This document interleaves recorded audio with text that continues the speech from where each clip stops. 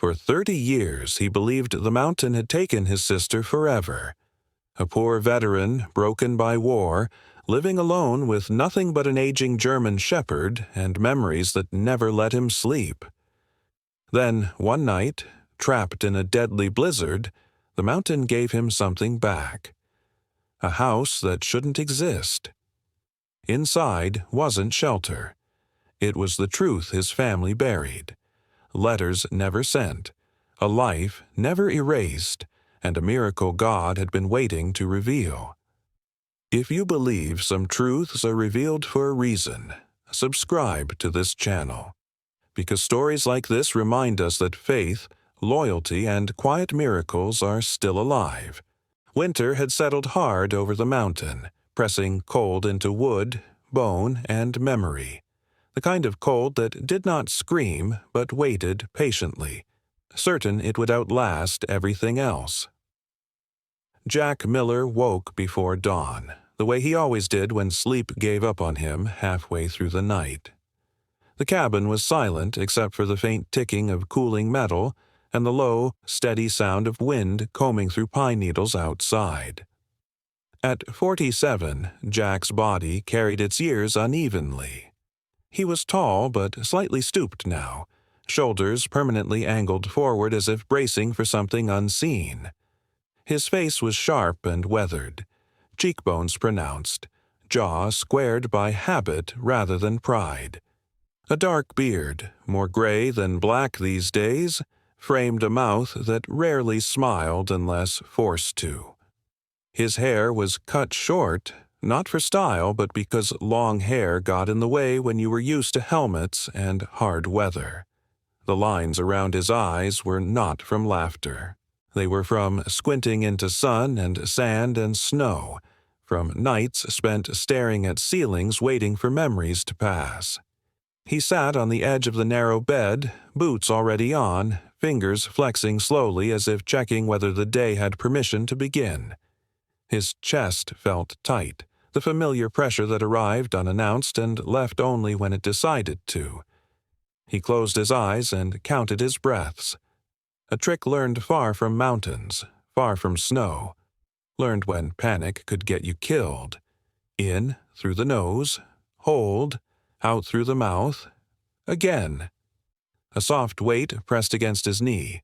Rex stood beside him, steady as a post. The old German shepherd's muzzle had gone white years ago, the dark saddle of his back dulled by age, but his eyes were still sharp, still watchful. At nearly 11 years old, Rex moved slower now, joints stiff in the mornings, but his posture never slouched. He carried himself like what he was, a former working dog, trained to read tension before it turned into disaster. His ears twitched at the faintest sound, his breathing calm, deliberate. Rex did not whine or bark. He simply waited, nose resting lightly against Jack's leg, reminding him without words that he was not alone in this room, or in this life. "I'm up," Jack muttered, voice rough with disuse. Rex's tail gave a single measured thump against the wooden floor. That was enough. They moved through the cabin together, a practiced rhythm born of years of shared survival. Jack stoked the small wood stove, hands moving automatically, while Rex nosed open the door and stepped onto the porch to scan the tree line. Snow lay heavy on the ground, undisturbed, the world held in a frozen pause. Jack poured cheap coffee into a chipped mug and leaned against the counter, staring out the frost-clouded window. This was how his days began now. No schedule beyond daylight. No promises beyond getting through. He worked when he could, fixing fences for neighbors lower down the valley, hauling scrap, repairing engines that should have been retired years ago, the kind of work that paid in cash and sore muscles that left little behind except the knowledge that you had earned your place for another day. People in town knew him as quiet, reliable, a little distant. Some called him kind.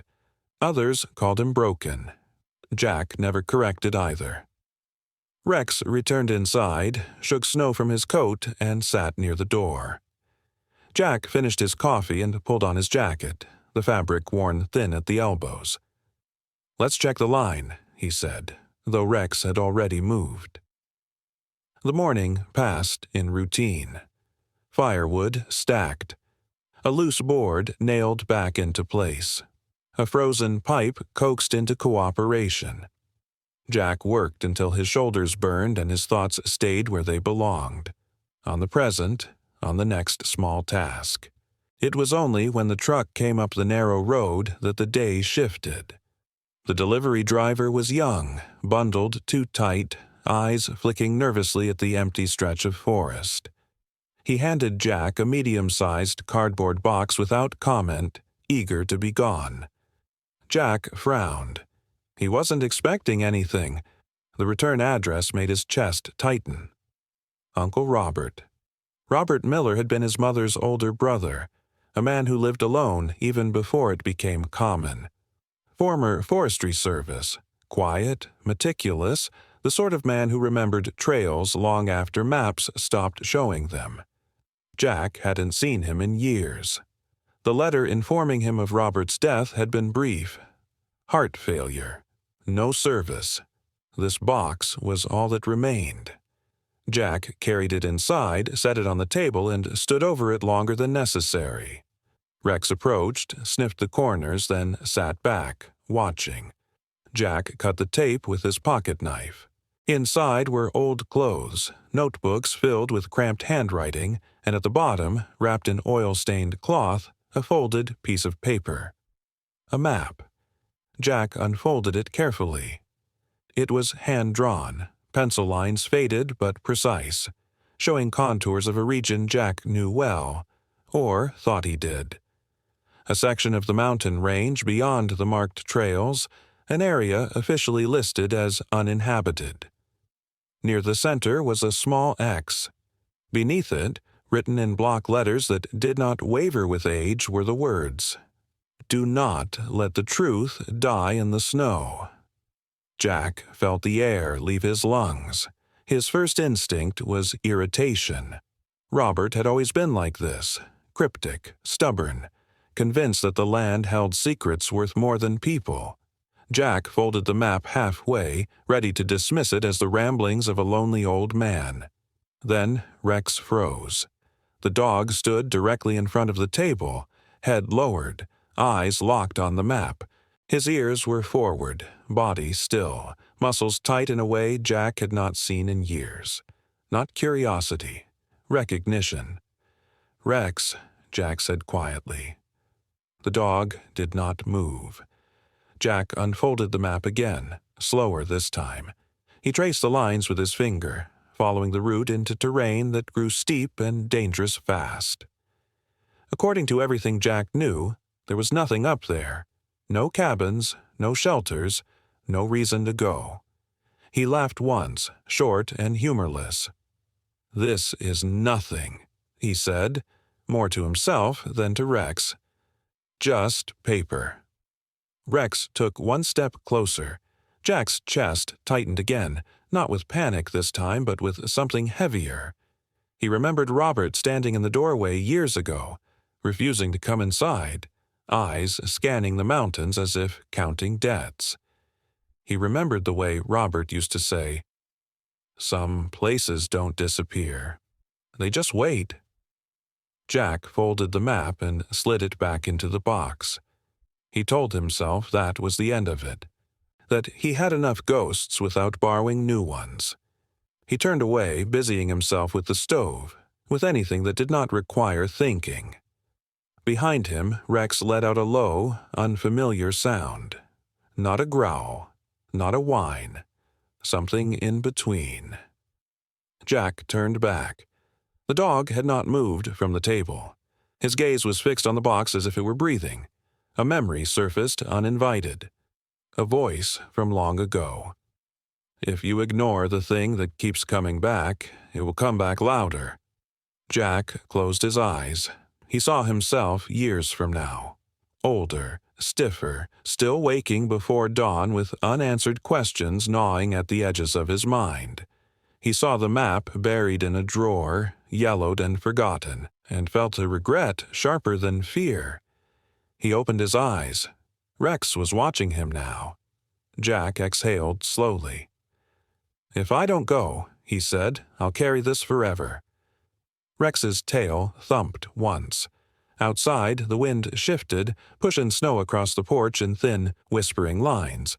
The mountain stood unmoving, patient. Jack picked up the map again, folded it carefully, and tucked it into his jacket. He didn't know what waited up there. He only knew that something had been waiting a long time. And this time, he was listening. The climb began under a sky that already looked tired of holding itself together. Low clouds dragged across the mountain like bruises spreading under skin, and the light had that flat, metallic quality Jack Miller had learned to distrust. He adjusted the straps of his worn pack, shoulders tightening beneath the weight, and glanced once at Rex. The old German shepherd stood a few feet ahead, broad chest dusted with snow, ears angled forward, reading the air with a seriousness that left no room for doubt. Rex was 11 now, his movements slower, but his instincts had not aged. If anything, they had sharpened, carved clean by years of knowing when to move and when to stop. Jack knew the forecast had been bad. He also knew forecasts lied in the mountains. The trail they followed was narrow and old, more suggestion than path, its edges softened by drifting snow. With each step, the silence thickened, swallowing sound until even the crunch of Jack's boots felt intrusive. The higher they climbed, the deeper the snow became, rising from ankle to calf, then higher still. Jack's breathing grew louder inside his ears, uneven, his chest tightening in a way that had nothing to do with altitude. He told himself it was just the cold, just the climb. But the mountain had a way of stripping lies bare. The first memory slipped in quietly. The smell of dust and hot metal. The echo of wind that wasn't wind at all. Jack's hands began to tremble, fingers stiffening around the straps of his pack. His vision narrowed, the white of the snow bleeding into something else, something older and far more dangerous. He stopped walking without realizing it. Rex noticed instantly. The dog turned, stepped directly into Jack's path and blocked him. Solid, unmoving. Jack tried to sidestep, but Rex mirrored the motion, pressing closer until his warm body met Jack's thigh. Rex lifted his head and fixed Jack with a steady look, dark eyes calm, commanding. Not fear, instruction. "Easy," Jack muttered, though his voice sounded distant even to himself. His breath came too fast, shallow and sharp.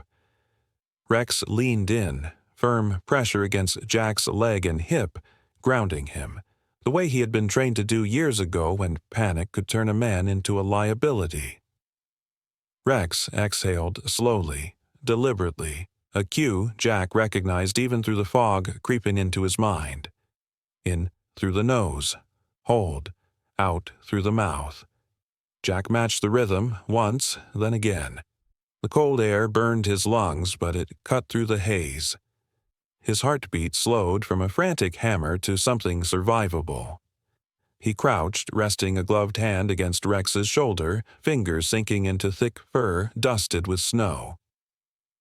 "I've got it," he whispered, more promise than fact.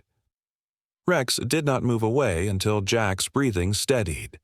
Then, and only then, the dog turned and continued up the trail. They pressed on. The wind picked up, threading through the trees with a rising, restless sound. Snow began to fall harder, flakes thick and fast, erasing edges, blurring distance. The trail vanished beneath a fresh layer of white. Jack's boots slipped once, then again, his balance wavering as the ground angled sharply beneath him. He felt the first sting in his shoulder when he caught himself against a tree. Pain, flaring, bright and immediate. The sky darkened unnaturally fast. Within minutes, the storm turned vicious. Snow no longer fell. It attacked, driven sideways by wind that howled through the mountain like something alive. Visibility collapsed. 10 feet became 5. 5 became nothing. The world narrowed to swirling white in the dark shape of Rex moving just ahead of him. Jack shouted Rex's name. The sound ripped from his mouth and carried away. He followed the dog's outline blindly, one step at a time, boots scraping against hidden ice. A sudden gust slammed into him from the side, strong enough to knock the air from his lungs. His foot slipped. His shoulder struck hard against the frozen ground, pain exploding down his arm. He slid several feet before stopping against a shallow rise, breath knocked loose in a sharp gasp. For a moment, he lay there, stunned, snow already filling the hollow his body had made. The world spun. His ears rang. That old familiar darkness tugged at the edges of his vision, seductive and dangerous. Rex was there instantly. The dog scrambled back, claws digging into ice, body pressed tight against Jack's chest, whining low, urgently. His warmth cut through the cold, through the shock. Rex's nose nudged Jack's face, then his chest, insistent, refusing to let him drift. "I'm here," Jack rasped. "I'm here." He forced his eyes open, focused on Rex's face, on the flecks of gray around the dog's muzzle, on the steady intelligence in his gaze. The pain in Jack's shoulder throbbed, sharp and deep, but it was manageable. Nothing broken. He had been luckier than he deserved. They could not stay there. Jack knew that with a clarity that sliced through the haze. The storm was tightening, the temperature dropping fast. Hypothermia did not announce itself loudly. It waited. Rex pulled away slightly, turned his head into the wind, and froze. His ears snapped forward. His posture shifted, tension winding through his frame. Then he barked, short, sharp, repeated. Not alarm, not warning, discovery. Jack squinted into the white. At first he saw nothing. Then, through a thinning in the snow, a shape emerged, dark, solid, unmoving. It stood against the storm with a stubbornness that made Jack's heart stutter. A wall. No. Stone. They stumbled toward it together, Rex leading, Jack following with what strength he had left. As they drew closer, the shape resolved into a squat stone structure, low to the ground, its walls thick, its roof angled to shed snow. The door was wooden, reinforced with iron straps darkened by age. It was not collapsed, not buried. It stood intact, as if it had been waiting. Jack stared, disbelief cutting through even the cold. There was nothing up here, no shelters, no cabins, no reason for this to exist. And yet it did, solid and undeniable, rising out of the storm like a memory that refused to stay buried. Rex reached the door first and pawed at it, barking once more. Jack staggered forward, every instinct screaming that this was wrong, impossible, but his body moved anyway. He grabbed the iron handle. The metal burned with cold through his glove. He pulled. The door opened with a low, heavy groan. Warm air spilled out, carrying the faint scent of old stone and ash. Jack nearly collapsed as he crossed the threshold, Rex pushing past him to get inside. The door swung shut behind them with a final, echoing thud, cutting off the scream of the storm as if someone had turned the world down. The silence inside was profound. Jack leaned against the wall, chest heaving, heart pounding. The room was small, built of thick stone blocks fitted by hand. There was no snow inside, no signs of collapse. The floor was worn smooth in places. Against one wall sat an old hearth, cold now but intact. A rough wooden table stood near the center, and beside it, a chair that had been mended more than once. This was not a ruin. This was a home. Rex moved slowly through the space, nose working, tail low but steady. He did not bristle. He did not growl. His body language spoke of caution mixed with familiarity, as if the place carried echoes he could read even if Jack could not. Jack swallowed hard. His shoulder throbbed. His hands shook, not just from cold, but from the weight of the impossible pressing down on him. He stepped fully into the room, boots leaving wet prints on the stone floor. Someone had lived here, and the mountain had kept it hidden. Outside, the storm raged on, erasing the path they had taken, swallowing any chance of turning back. Jack rested a hand against the cold stone wall and let out a slow breath. If this wasn't an illusion, then the question was no longer whether the place existed. It was who had built it, and why no one was supposed to know. Dadiwam, the warmth inside the stone house, did not come from fire. It came from absence that felt recent, from the way the air held on to heat as if it had not yet accepted that no one would return. Jack Miller stood just inside the door, snow melting off his jacket in slow, dark drops, his breath loud in the sudden quiet. The walls were thick, stacked stone fitted by hand, their surfaces smoothed by decades of touch. This was not a ruin clawed together in desperation.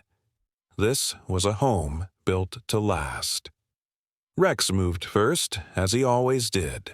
The old German shepherd stepped carefully across the stone floor, nose low, tail steady, reading the room in long, deliberate sweeps.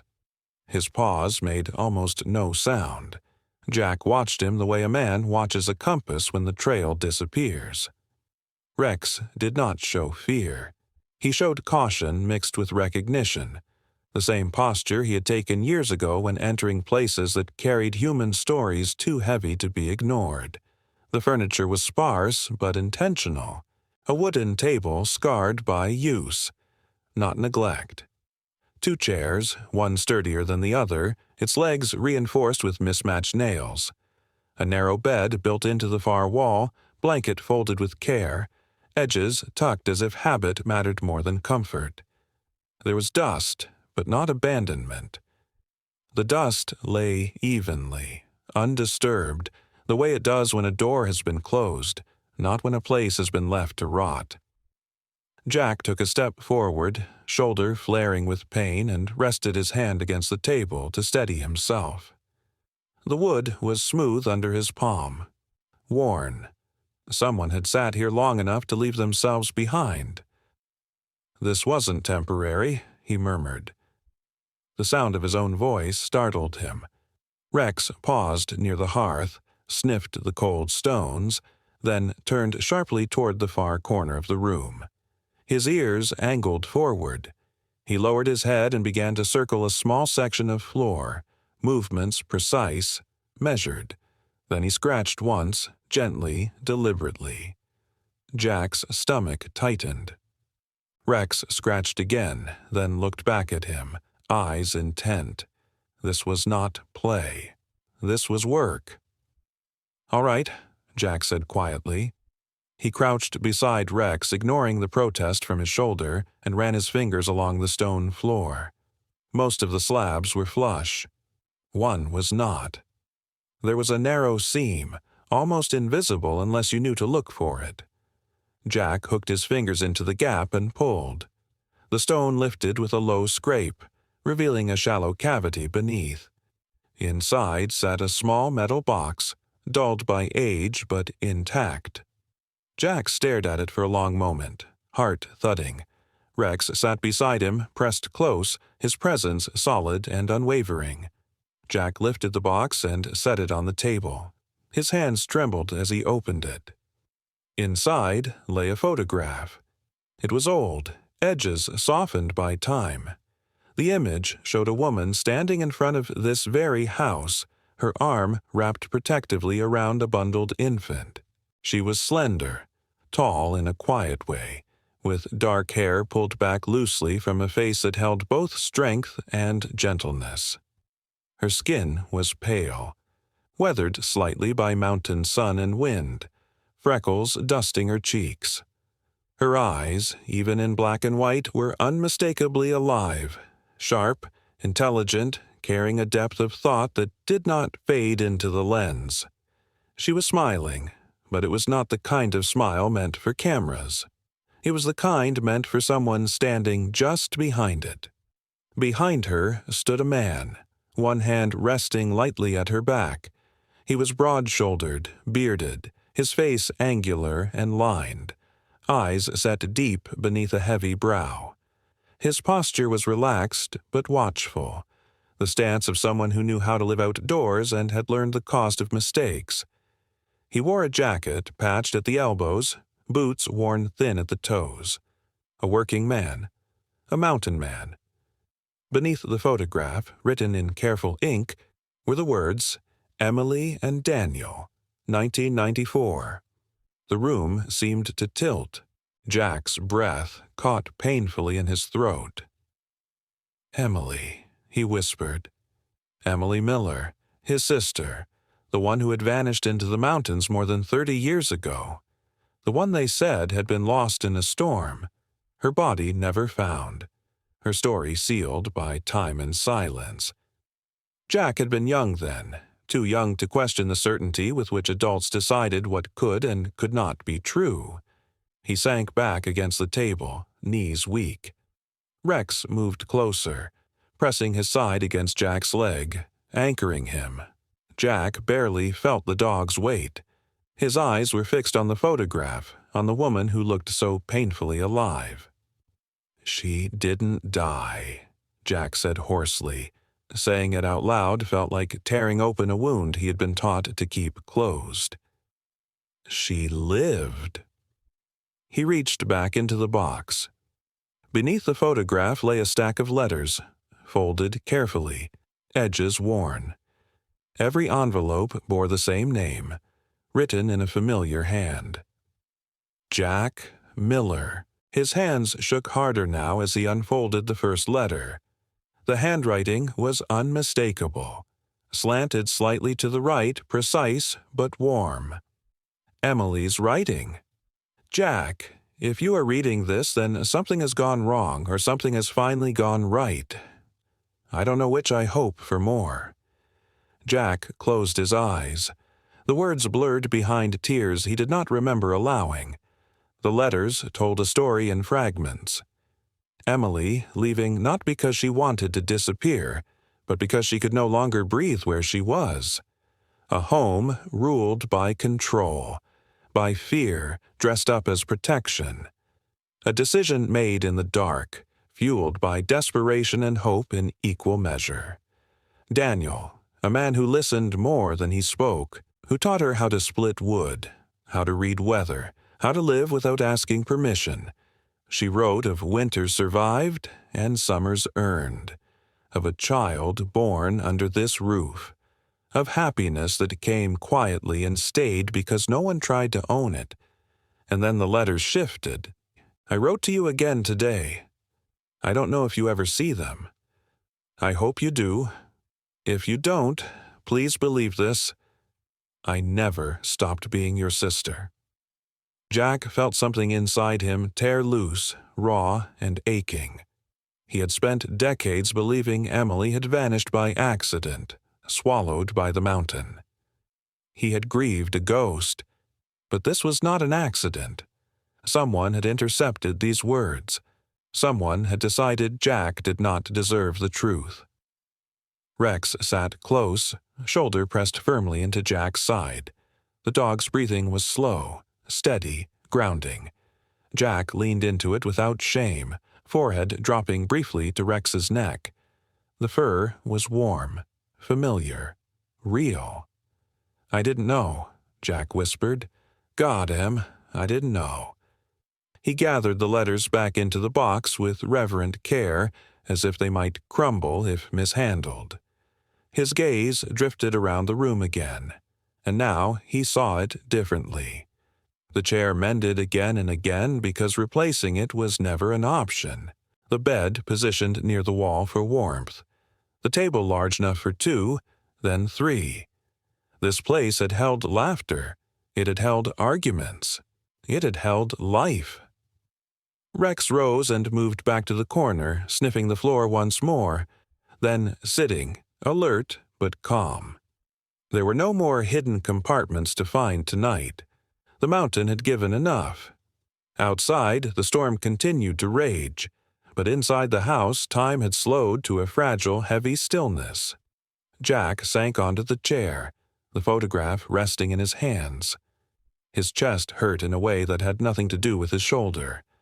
Anger flickered beneath the grief, sharp and dangerous, but it had nowhere to land yet. Someone had erased Emily from his life. Not the mountain. Not the storm. A person. Rex lay down at his feet, body aligned with the door, watchful even in rest. Jack stared at the wall, at the stone that had kept this secret for decades, and felt the weight of the question settle into his bones. Emily had lived. So why had she never come back? Morning reached the stone house carefully, as if unsure it was welcome. Pale light slipped through the narrow window and settled on the floor in thin bands, revealing the quiet aftermath of the storm. The wind had softened to a low murmur, snow clinging to the walls outside like a held breath. Jack Miller woke, seated in the chair, the photograph still in his hands, his neck stiff, his shoulder aching dully. Rex lay at the door, body stretched long, ears flicking at every distant sound, guarding even in rest. The knock came once, firm, unhurried. Rex was on his feet instantly, a low warning rumble in his chest. Jack's pulse jumped. No one should have been up here. He rose slowly, joints protesting, and moved toward the door. Before he could speak, a voice carried through the thick wood, roughened by age but steady. "Easy, boy. I'm not here to hurt anyone." Jack opened the door. The man standing outside was old, but the mountain had not bent him completely. He was tall, though time had curved his spine slightly, and he leaned on a wooden staff polished smooth by years of use. His beard was white and neatly trimmed, framing a face cut with deep lines that spoke of wind, sun, and long seasons lived outdoors. His eyes were sharp, pale gray, missing nothing. He wore a heavy wool coat patched at the elbows, boots crusted with ice, and gloves stitched and restitched until the seams barely held. He looked like someone who belonged exactly where he stood. "Well," the old man said, studying Jack with an intensity that made him shift. "You found it." Jack's throat tightened. "Who are you?" The man's gaze flicked briefly to Rex, who stood between them, tense but not attacking. "Name's Walter Hayes," he said. "Used to be a ranger before my knees told me otherwise. Been keeping an eye on this stretch of mountain longer than most folks remember." His mouth curved into something that wasn't quite a smile. "And you must be Jack Miller." Jack froze. "You know my name." Walter nodded. "Your sister talked about you a lot." The words hit like a blow. Jack stepped back instinctively, the room spinning. Rex pressed close, anchoring him, the dog's flank warm against Jack's leg. Jack swallowed hard. "You knew Emily." "I did," Walter said simply. "Better than most." Jack let the door swing wider and motioned him inside. Walter removed his coat with care and hung it near the door, movements deliberate, respectful, as if entering a place that demanded it. He glanced around the room, eyes softening at the familiar shapes. "She kept it just like this," he murmured. "Didn't believe in clutter, believed in things earning their place." Jack lowered himself back into the chair across from the table. Walter sat opposite him, staff resting against the wall. Rex settled between them, watchful but calm. "Tell me," Jack said, voice tight. "Tell me everything." Walter did not rush. He rubbed his hands together once, then met Jack's gaze. "Emily came here because she had to," he began. "Not because she wanted to disappear, but because staying would have destroyed her." He paused, letting that settle. "Your family, your father especially. He was a hard man. Control passed off as care. Emily was suffocating under it." Jack clenched his jaw. The anger stirred, sharp and hot. "She met Daniel while he was guiding a winter survey," Walter continued. "Daniel was quiet, strong, the kind of man who listened first. Lost his brother in a climbing accident years before. Changed him, made him careful with people's lives." Walter's eyes drifted to the hearth. "They built this place together, stone by stone. Emily learned fast. She thrived up here." "And the letters," Jack said. "She wrote me." "She did," Walter nodded. "Many times. She trusted the system at first. Then she realized something was wrong." Jack's hands curled into fists. "Someone stopped them." Walter's expression hardened. "Someone in your family intercepted them. Decided it was better for Emily to be gone than for the truth to be inconvenient. Told her you'd moved on. Told you she was lost. Paperwork was altered, records sealed. On paper, she died in a storm." Jack's breath came shallow. "Why?" "Fear," Walter said quietly. "Control. Pride. Take your pick." "And Daniel?" Jack asked. Walter's jaw tightened. "Daniel fell during a winter climb. Slipped on black ice. Quick. Clean. Emily buried him in the meadow below the ridge. Stayed here after. For a while." He looked up. "She got sick. Lungs. Mountain winters are cruel to bodies already worn thin. She knew her time was short." Jack's vision blurred. "She had a child." Walter nodded. "A boy. Lived with friends down valley after Emily passed. She wanted him safe. Wanted him away from the lies." He reached into his coat pocket and withdrew a folded document. "She left this for you. Deed to the house. Signed. Witnessed. She wanted you to have it when you were ready." Jack stared at the paper as if it might burn him. "She thought I'd come." "She knew," Walter said it for years, that you'd follow the truth when it finally found you." The anger surged then, threatening to tear loose. Jack stood abruptly, chair scraping back. "They stole her from me," he said, voice shaking. "They let me believe she was dead." Rex rose with him, pressing against his leg, firm and grounding. The dog's presence cut through the fury, slowing it, forcing Jack to breathe. Walter watched without interruption. "Rage won't bring her back," he said gently, "but it can take what she left you." Jack closed his eyes.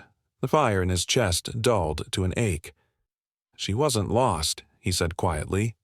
"I was." Walter inclined his head. Truth has a way of finding the patient. Silence settled between them, heavy but not empty. Outside, snow slid from the roof in a soft rush. Jack sank back into the chair, exhausted. Rex lay down at his feet, head on his paws, eyes never leaving Jack's face. "You didn't abandon her," Walter said. "She never believed that. She believed someone else made the choice for both of you." Jack nodded slowly. The truth hurt, but it was solid. It did not vanish when he reached for it. Walter stood, retrieving his coat. "I'll leave you to it," he said.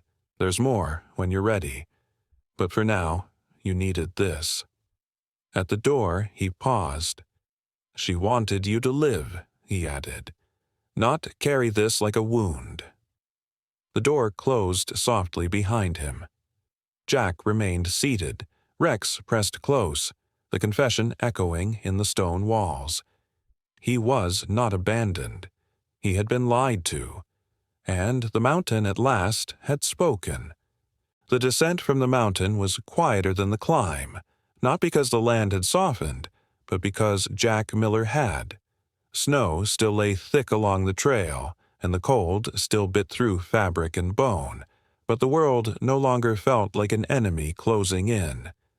Jack moved carefully, one step at a time, his shoulders stiff but functional, his breath steady. Rex walked ahead of him, head low, eyes scanning, the old German shepherd's body aligned with purpose. Age had slowed Rex's stride, silver spreading through the dark fur along his muzzle and chest, but nothing had dulled his awareness. He paused often, testing the wind, listening for the subtle changes that meant danger. Twice he stopped Jack with a low warning huff, guiding him around unstable drifts and hidden ice.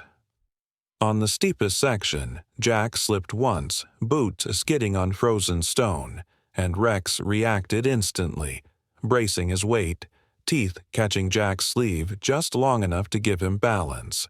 Jack laughed breathlessly when it was over, a sound that surprised him as much as it did the mountain. "Still saving my life," he murmured, resting his forehead briefly against Rex's. The dog's tail wagged once, slow and certain. By the time they reached the lower valley, the sky had opened into a pale, forgiving blue. The town came into view gradually, a scatter of roofs and chimneys tucked against the hills, smoke rising in thin lines. It felt unreal after days wrapped in stone and silence. Jack paused at the edge of the road, pack heavy on his back, the weight inside it heavier still. Letters, the deed, the photograph. Truths that could no longer be buried. Rex stood beside him, close enough that Jack could feel the warmth of his flank through his coat. The first person Jack went to was his aunt by marriage, Mary Ann Miller, the woman who had handled family records for years.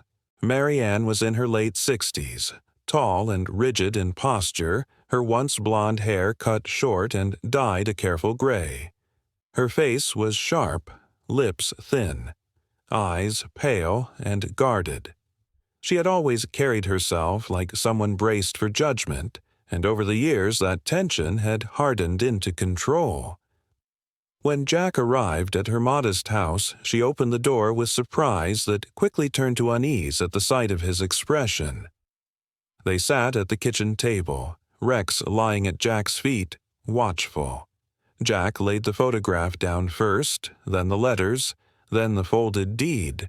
He did not raise his voice. He did not accuse. He simply told the truth, piece by piece, letting the silence stretch where it needed to. Mary Ann's hands trembled as she recognized Emily's handwriting. Her face drained of color.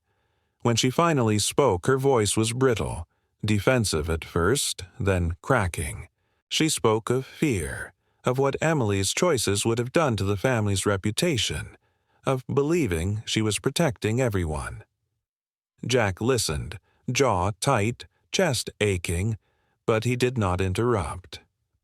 "I lost my sister twice," he said quietly when she finished. "Once to the mountain, once to a lie." Mary Ann lowered her gaze. There were no excuses left to stand on. Jack stood, gathered the papers, and left. No shouting, no forgiveness spoken aloud, just the truth placed where it could no longer be ignored. The days that followed were hard in a different way. Jack returned to the stone house as soon as the weather allowed, bringing tools, salvaged wood, and what little money he could spare.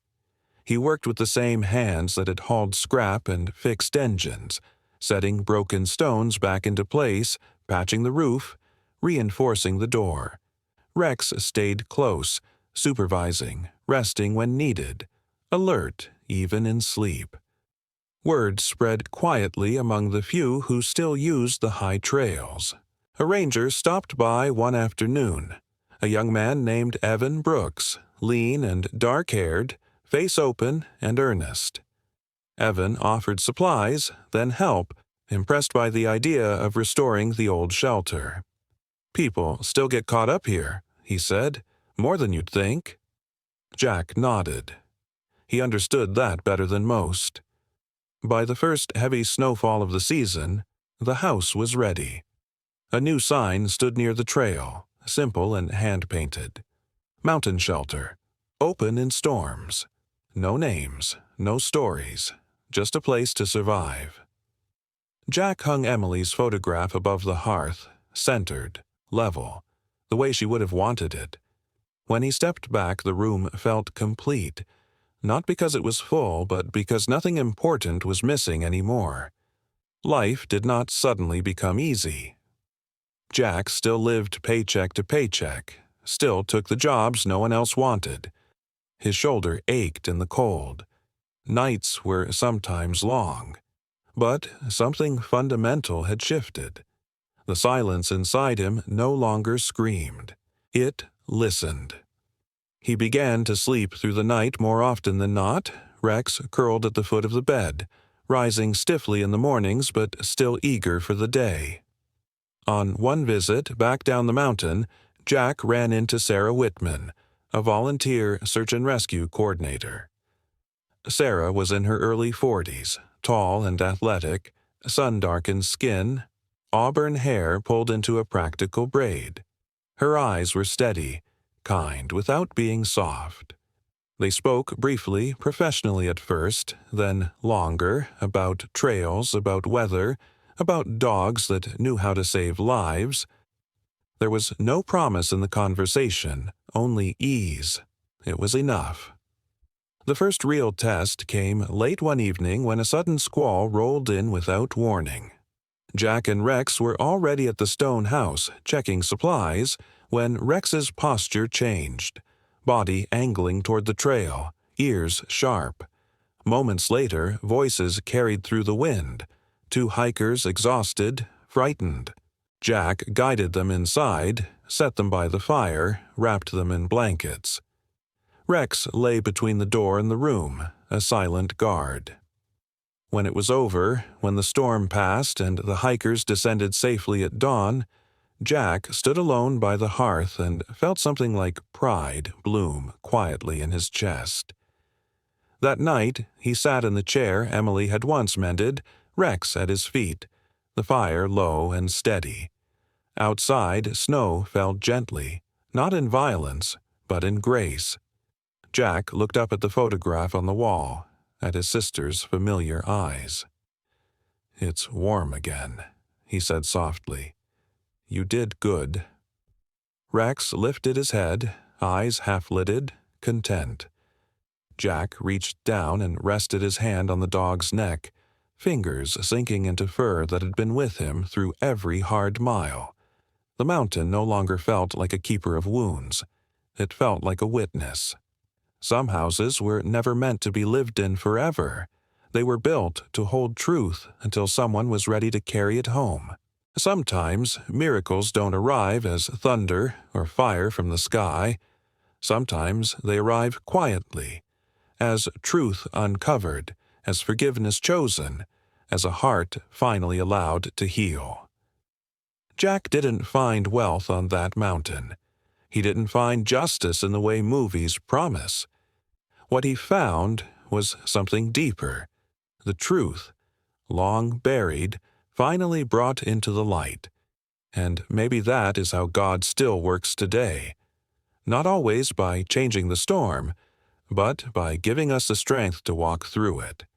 Not by erasing pain, but by redeeming it, turning loss into purpose and silence into meaning. In our own lives, we all carry unanswered questions, old wounds, moments we wish had ended differently. But this story reminds us that no truth is ever truly lost, and no prayer is ever unheard, even if the answer comes years later and in ways we never expected. If this story moved you, if it reminded you of someone you love, or truth you're still searching for, please share it with someone who might need hope today. Leave a comment, even just a word or a number. It helps this story reach hearts that may be hurting in silence. And if you believe in stories of faith, redemption, loyal dogs, and quiet courage, subscribe to the channel and turn on notifications so you don't miss what comes next. May God bless you, protect you, and guide you through every storm you're facing. May He grant you peace where there has been pain and light where there has been waiting. Thank you for walking this journey with us. And remember, sometimes the miracle isn't that the storm stops, it's that you are still standing when it passes.